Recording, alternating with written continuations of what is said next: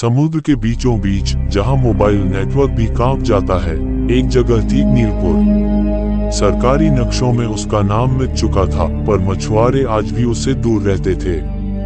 कहते थे, वहां रात को दीपक जलता है, पर घर कोई नहीं।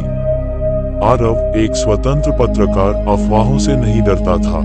उसे बस सच चाहिए था।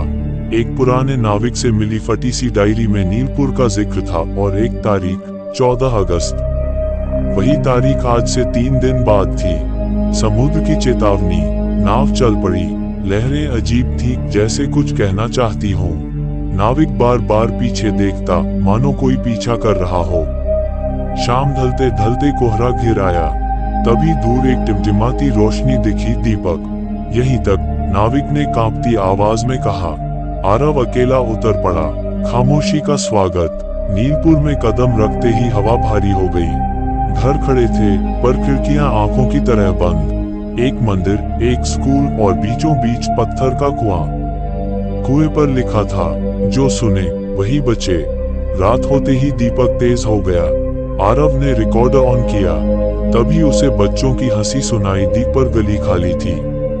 स्कूल की घंटी अपने आप बज उठी। भीतर ब्लैकबोर्ड पर चौक से लिखा, उभरा सच लिखो। आरव ने पूछा, यहाँ क्या हुआ? जवाब में किताबें फड़फड़ाईं और एक कॉपी खुली। उसमें दर्ज था, नीलपुर कभी फलता फूलता गांव था। एक रात समुद्र में जहरीला रिसाव हुआ। गांव वालों ने कंपनी से लड़ने की कोशिश की, पर प्रशासन ने चुप करा दिया। बीमारी फैली, मदद नहीं आई। आखिरकार सब चले गए, या चले गए कह दिए गए। कुएं का रहस्य। कुएं के पास रात गहराई। पानी में आरव को अपना प्रतिबिंब नहीं दिखा, बल्कि दर्जनों चेहरे। फुसफुसाहटें आई, हम भूले नहीं, दीपक बुझने मत देना। दीपक दरअसल स्मृति था। जब तक जलता, नीलपुर की कहानी जीवित रहती। 14 अगस्त। डायरी की तारीख का मतलब समझ आया। हर साल 14 अगस्त को समुद्र की धार बदलती थी। उसी रात रिसाव हुआ था। उसी रात सच दबा था। उसी रात दीपक सबसे तेज जलता था। आरव ने लाइव स्ट्रीम शुरू की। कैमरा कांपा, पर सिग्नल आया। उसने दस्तावेज, नाम, तारीखें सब दिखाए। विरोध। हवा में गुस्सा था। दरवाजे पटकने की आवाजें, जैसे गांव लौट आया हो। पर यह डर नहीं था, ये गवाही थी। तभी किसी ने आरव का कंधा छुआ। एक बूढ़ी औरत की आवाज आई, अब हम सुने जाएंगे। आरव ने कहा, हाँ। सुबह होते होते कोहरा छट गया।